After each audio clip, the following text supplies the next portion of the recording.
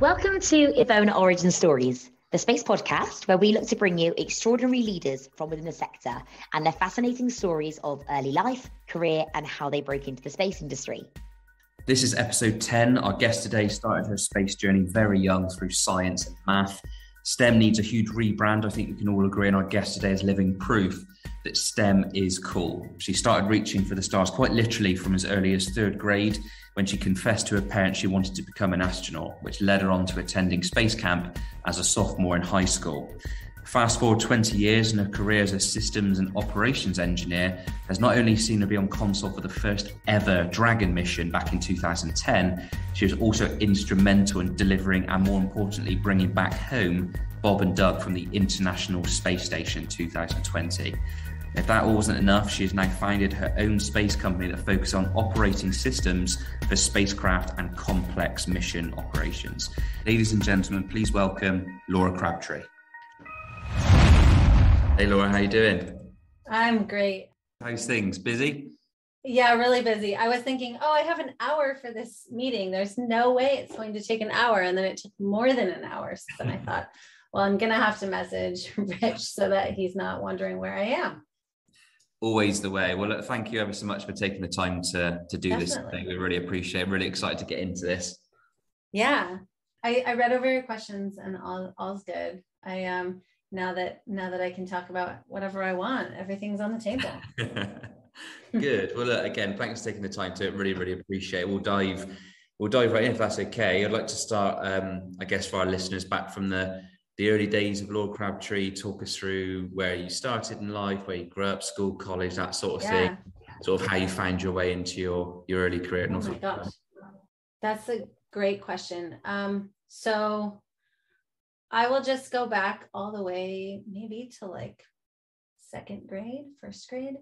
And I was just very taken by math and science. I went to a Montessori school, and my teacher told my parents that they needed to put me in a school that would challenge me, which is the best advice that they ever could have given my mom and dad. And they put me into a school that offered the hardest math and science classes that I could have ever wanted, which is amazing. And from that day forward, I told my mom I wanted to be an astronaut. And that's basically what I wanted to do with my whole life, is work in space. Fast forward to when I was finishing high school, and I basically applied for, again, the hardest thing I could think of, which at the time was aerospace and astronautics. And I wanted to learn about space and orbits and orbital mechanics and going from one place to another in space and how it was different than terrestrial transportation. And that's what I did. I ended up at USC for undergrad. And when I was finishing undergrad, I started thinking about all of the different companies and things that were going on in the space industry, and realized that I didn't really want to move to Houston. I hate to say that now because I actually really like Houston, but I didn't want to move to Houston because it was really hot, and I grew up in California, so didn't want to do that just then. So I joined Northrop Grumman right out of college and worked for them in systems engineering, and started realizing that I think that, the industry had been the same way for a really long time. And, at Northrop Grumman, it was a very large corporation, and, things were really fun and I was learning a ton. But I knew that things were probably going to change after a couple of years there. And that's exactly what happened. So I think that's the early days. And I think the one thing that really helped me sort of put a pin in what I wanted to do is when I was in high school, which is not what people normally do in high school. I actually went to space camp in Huntsville, Alabama, which is a little bit nerdier than most high school kids want, but I was, I think, a sophomore. It was really amazing. And it pretty much solidified that I wanted to be in the space industry forever. Yeah, I love that. I always find it incredibly inspiring when I speak to people like you, Mel Strickland. Like you find your calling so early in life. And I think that's incredibly rare. And I'm so jealous of it. I'm sure loads of other people listening to us are incredibly jealous of it as well, because so many people just kind of stumble through life. They fall into things. You know, there's so many people now in their sort of career where they've been doing something maybe like the last 10 years, 15 years, 20 years, but they don't really know how they got there. And they've just fell into a career. So I think the fact that you just sort of knew what you wanted to do so early in life is so incredible, and it's something you love as well. Yeah, it was pretty intentional, both on my part and my parents, because they really helped enable me to make the choices I wanted to make in my career, which I'm so thankful and so lucky for that, you know, support in my life to be able to make those choices, because as you, I'm sure know, not everyone has that freedom and ability to do so. Yeah, absolutely. And I guess now that you're sort of here now, obviously you've got your own business, you've been through the space sector, you knew what you wanted to do, you had that calling so early on in life. Now that you're kind of here and you're living it and breathing it, what is it that drew you to the space sector so strongly? And what is it you love the most about the space industry? Oh man.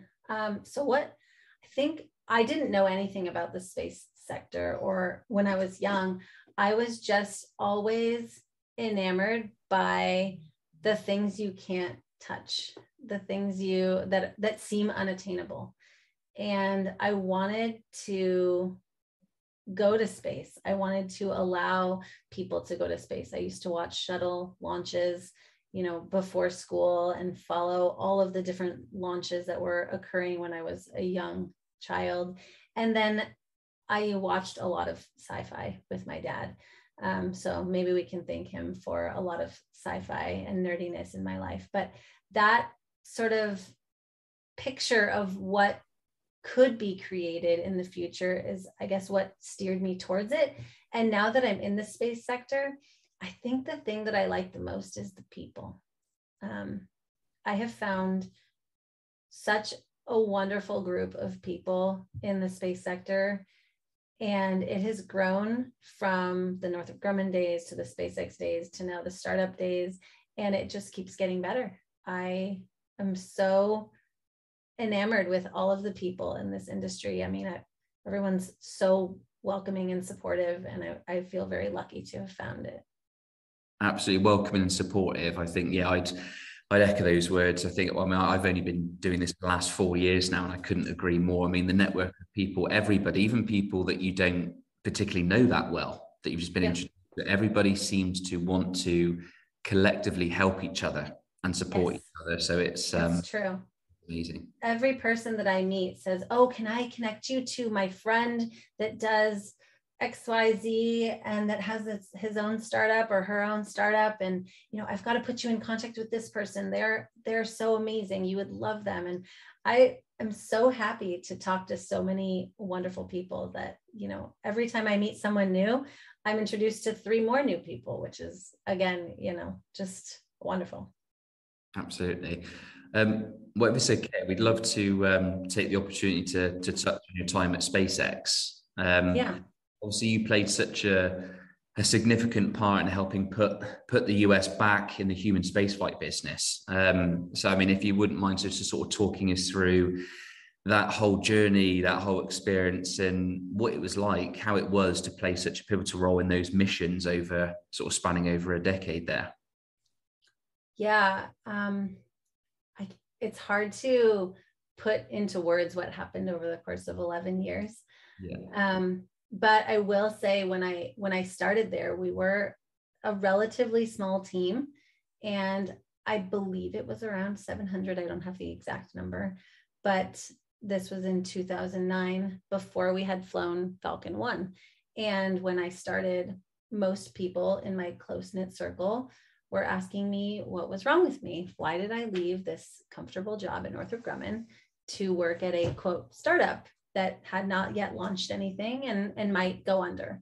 And, you know, my response was, you know, I've got to take a risk. I feel passionate about this. I feel, you know, a pull to do it. And if it doesn't work out, there's always a backup plan, and there's always going to be another job. And that was my thinking behind it. You know, I wanted to change the way that the space industry worked. from how many people it took to launch a vehicle, to how we thought about operations, to how we thought about sort of challenging ourselves in our day-to-day lives. And I think that over the course of 11 years, we showed people how to think outside of the box in the space industry, how to perform more agile engineering, how to challenge themselves in ways that they didn't feel confident doing before. And I think that is the biggest gift that SpaceX gave to the industry, is that, you know, sense of challenge again, and that sense of wonder. And I'm so thankful for all of the people that have gone into SpaceX, still are at SpaceX, gained experiences from SpaceX, because it did transform a big portion of, I think, how the industry works now. So yeah, I think, and going back into the missions, which is the other thing that you asked about, there are always a few that stand out. Obviously the first mission, which was just 2 orbits of Dragon and then re-enter. I had a friend of mine who has since passed sitting next to me, and we were both working recovery, because that's what you do when you're in charge of training and you've trained a lot of the people on console, and you didn't train anyone to do recovery because that was the job that you were always going to do. So I was sitting with him doing Falcon 9 recovery, and he was doing Dragon recovery. And I don't remember the exact odds we gave the vehicle, but it was not 100%. We'll just say that. Yeah. And when we finally launched the vehicle and everything was operating, we were looking around at one another thinking, wow, we did this. And then when it came time for re-entry, it was a very scary time, because you never know what's going to happen. I mean, you can plan for it and make sure that you've dotted your I's and crossed your T's and double checked, triple checked everything. But when the time comes, there's not that much you can do. And so during re-entry, there's a blackout period where you don't have communications with the vehicle.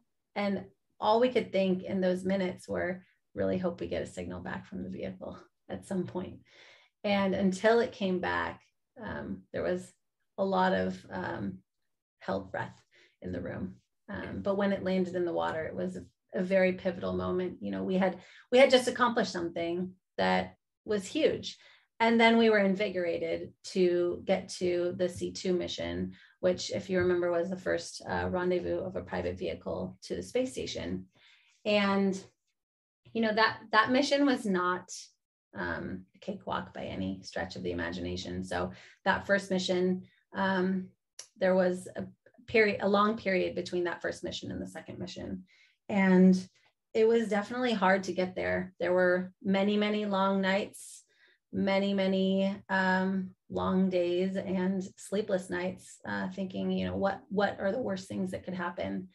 But when we finally got there, it was, you know, we've now done something that only countries have done.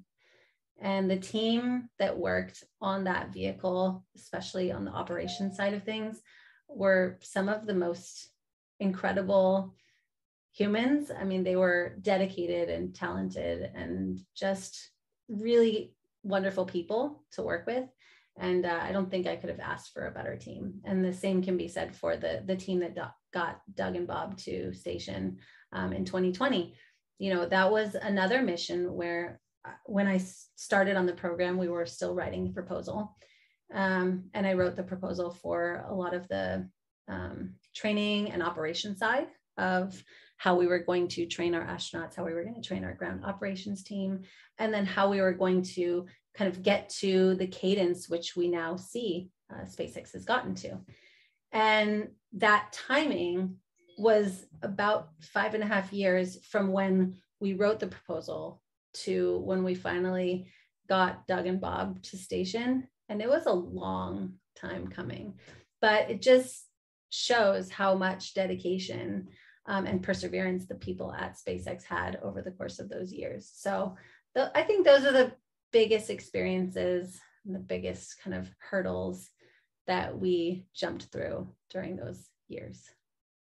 How crazy is to think that you were sort of on the console for the first Dragon mission, and even just the fact that you said that when you joined SpaceX, they were, you know, relatively small, a startup. It just must be crazy to sort of reflect on that and reminisce and see everything that you've been a part of and how it goes today, right the way through to, like you mentioned, you know, delivering the astronauts to the ISS in 2020. That's crazy.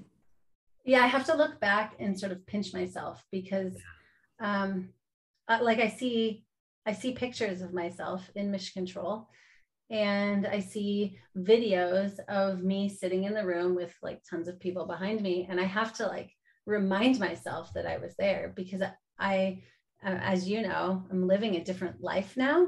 Yeah. You know, I'm the CEO of a startup, which is completely different than the time that I spent at SpaceX, although I still pull from a lot of the experiences that I had there, you know, with the grit and the perseverance.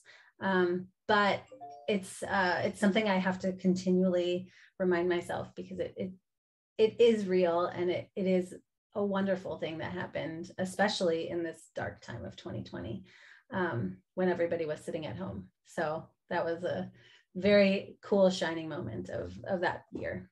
Yeah, I remember it well. It was incredible. I mean, to be a part of that must just feel awesome. I've got to ask, when you were on the Dragon mission, when you went through that, you mentioned the blackout period, and everyone sort of had a hold of breath, and it eventually landed on Earth. Is there like a massive like cheer in the mission control center? Are you toasting glasses of champagne? Is everyone like no? When Doug and Bob were coming home, there are some calls that the core operator makes, and it was one of my friends who was on for the reentry. I was on for the free flight period and the first crew sleep just after launch, and then my friend was on for the reentry. And during the blackout, the core operator will then say, "Okay, we're going into blackout in approximately 2 minutes, and we will expect blackout for this period of time."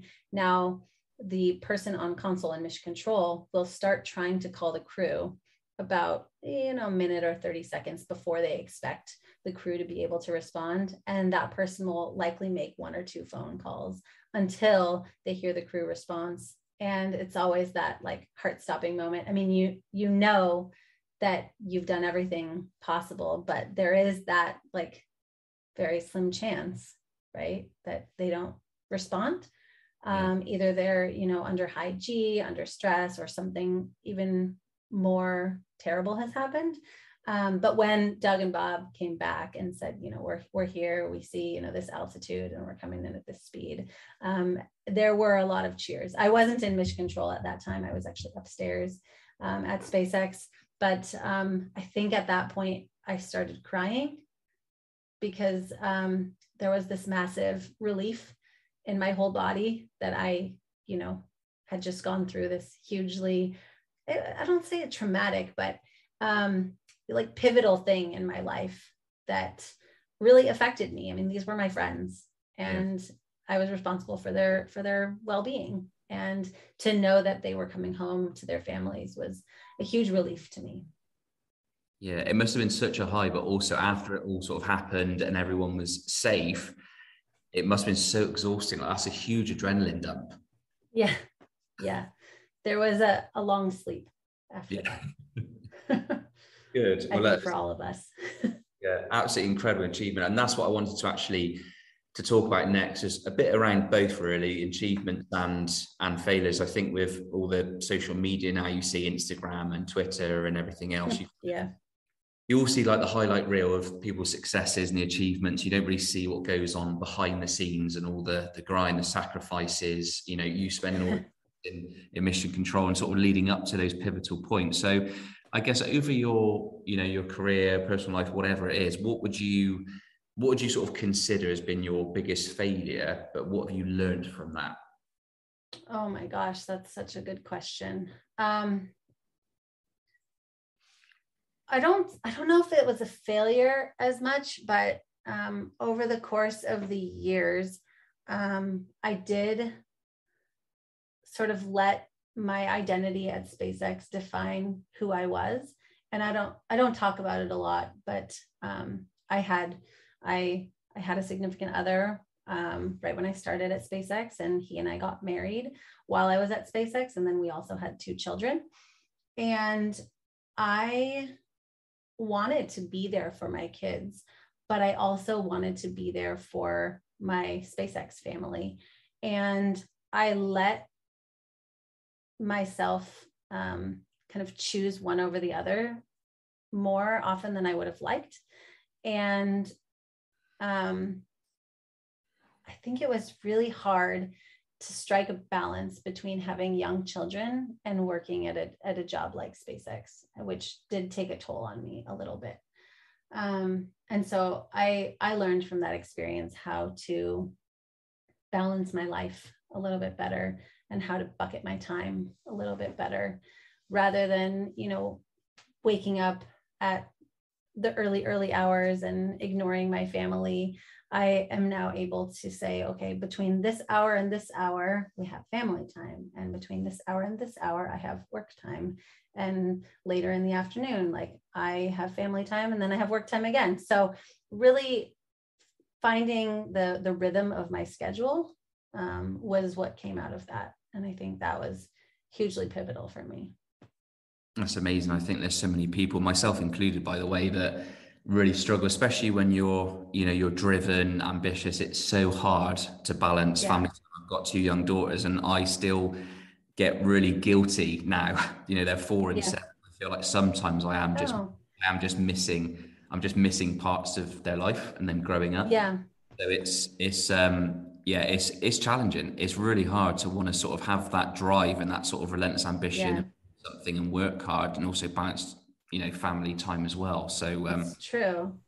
Mine are 5 and 7, and I wanted to make sure that I could be there for the pivotal moments of their life, because my son had a presentation of his science experiment, and he was so proud of it, and he wanted me to be there. But in the past, I might not have been able to be there, but I can now, and I am empowered to make those decisions. And I at some point, I just didn't feel like I had the power to make those decisions. And so getting back to that was really important for me. Good. Amazing to hear. I'm glad you got the balance right now. Like I say, people spend years trying to do that and can't get it right. So great to hear.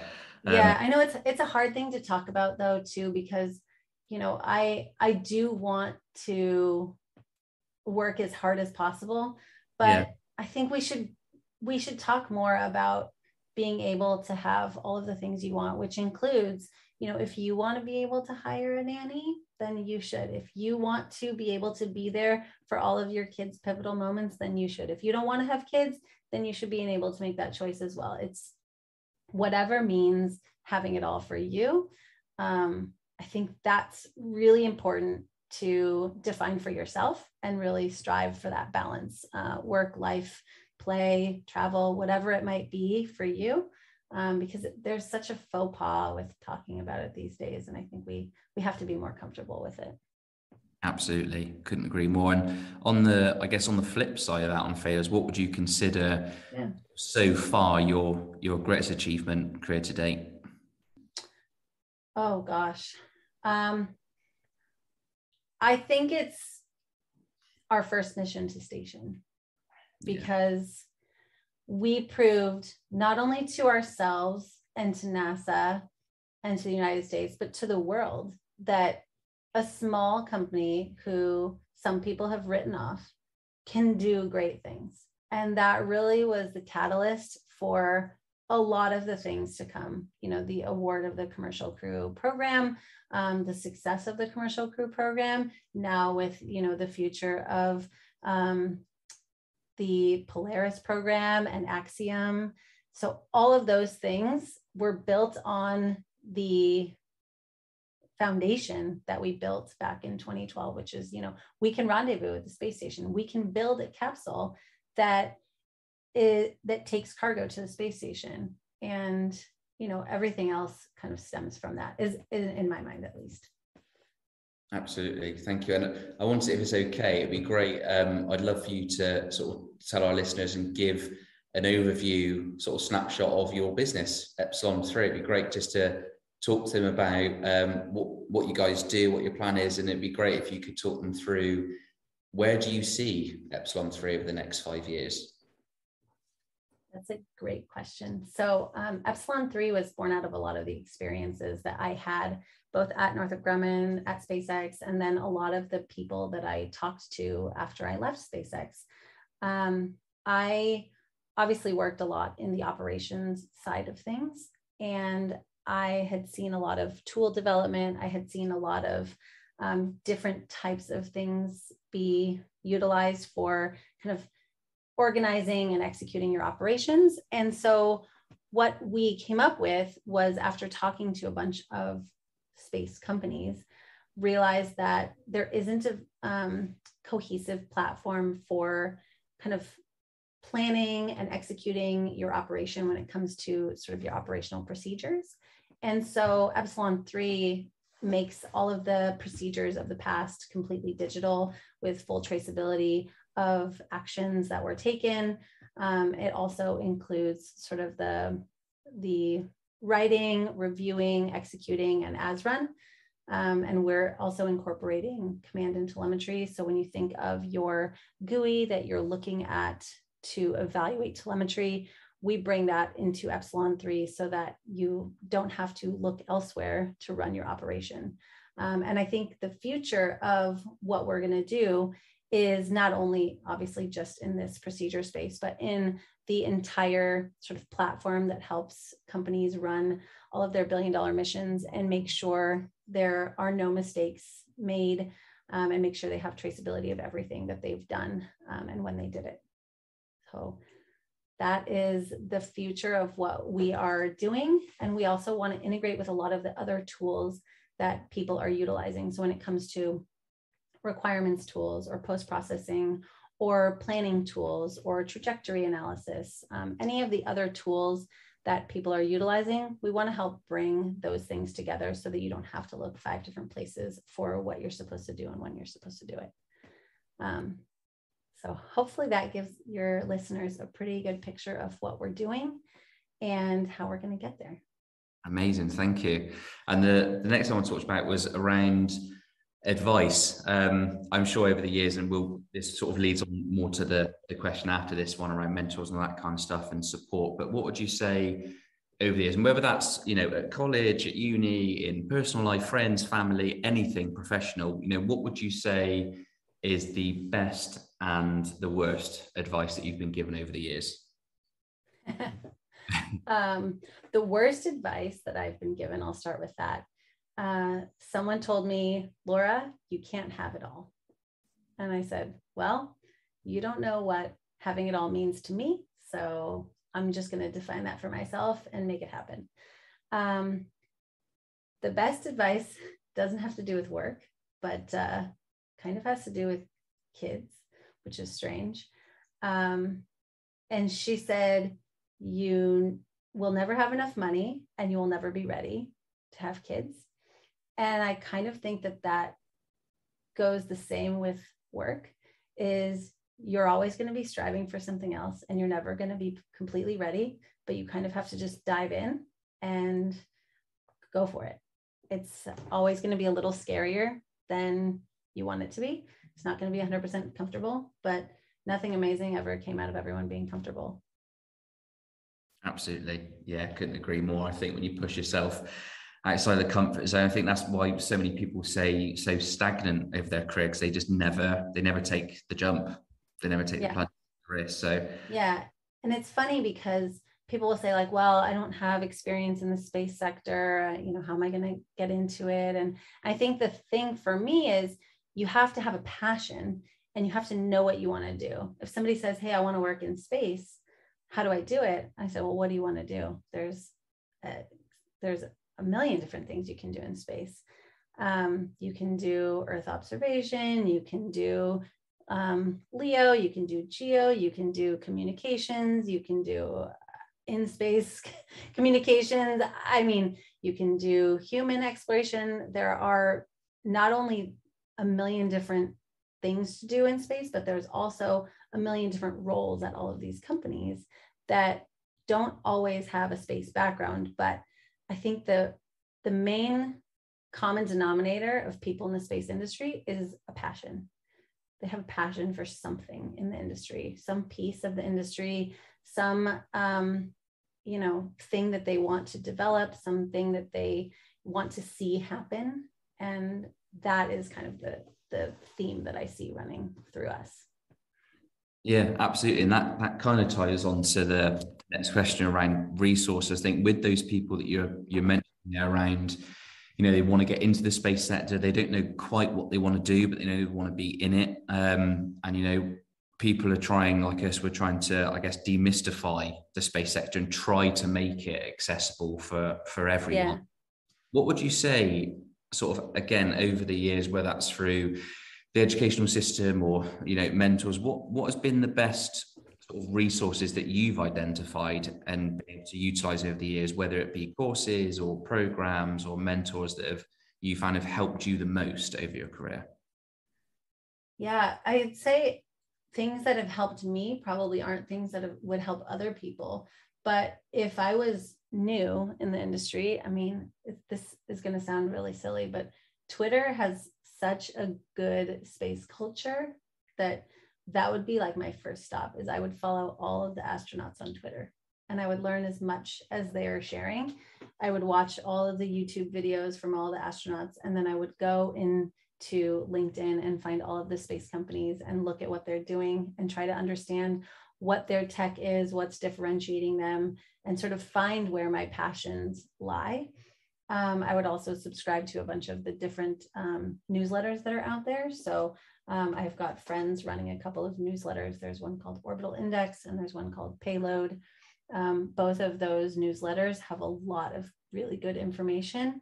They also go into funding and different series of the startups that are coming out, which I think would help kind of paint the picture of what the startup scene looks like in space, as well as what the large players are doing. I think that's probably where I would start. And then I would buy books, lots of books. Yeah, absolutely. I think, I agree with you. It seems to be all of our, pretty much all of our clients are on Twitter. Twitter is definitely, I agree, the strongest social media platform especially for commercial space, most definitely. Yeah. And I think LinkedIn is like second, but Twitter is a more open forum and it's easier to find things in my mind. And it'll also suggest a lot of new people. And I'm not like a person that loves Twitter, but I will say that the space business is pretty good on Twitter. Good. Well, thank you. Thanks ever so much for taking the time to go through that. Our sort of final question, you've kind of touched on it already, but how we like to sort of close out all of our episodes, we ask everybody, if someone came to you, whether that be a friend, former colleague, family member who really, really wanted to get into the space sector. I know you talked about passion a lot just there. What would be like the main advice you'd give them? And this is regardless of what industry they come from, whether right. Engineer, solicitor, what advice would you give them to get into the space industry? Obviously I would ask them to find what their passion is first, which I already touched on. But I think the hardest thing when people come to me and say, I want to get involved in the space sector is, what are you good at? What are the things that set you apart from other people? And how could that be useful? So, I have friends that are doing business and planning and finance and HR and all in the space sector. And through all of those things, they learn about the sector that they're working in. And so you don't have to have a specific degree to work in this sector. You just have to know where you need to go. Because if you would come to me and say, hey, I want a job, I would look at your resume and say, okay, well, what kind of job do you want? And how can we sort of bound the problem and then find that realistic kind of first step for you? That would be my best advice. Absolutely. I think there's so many people, especially with especially with all of the, commercial space is very sort of in at the moment, the last few years. Yeah. Grown exponentially. I think the mission that you were, I actually personally believe when people say, the space market's booming, commercial space, where it all stem from, I actually personally think it all really, really started to kick on from that mission that you're involved in with Bob and Doug. I think that was asked globally for everybody. Like you said, Pete, it wasn't a great time. People were locked in their house. Everybody who even were not that interested in space before, people that were never really taking notice of space, tuned into that. And they watched that live, and when it docked to the ISS and stuff, it was such a profound moment. I really, really think that sent ripples through every industry, through the globe, and really enticed people to want to get involved in the space sector. So, yeah, thanks ever so much for sharing that advice. I really, really appreciate it. Yeah, of course. It's like that time in a generation where people will say, "Where were you when X happened?" Yeah. Hopefully that's how we're remembered, and being that shining light and really kind of kickstarting the industry to continue on the path that we had started. It's just really exciting to see how far we've come in such a short time, and there's still so much to be done, I'm sure you know. Yeah, and it's just so amazing to say that you were such a massive part in that pivotal moment in history as well. Well, thanks. Amazing. Well, look, Laura, thank you ever so much. I've kept you long enough. I know you're busy, so I'll let you get back to work. But I just want to say thanks ever so much again for taking the time and speaking with us today. I'm sure we'll catch up again in the future. Yeah, of course. No problem at all. It was joy speaking with you, and hope this was useful for some of your listeners. Excellent. Thanks, Laura. Take care. Talk to you later. Bye. Cheers, babe.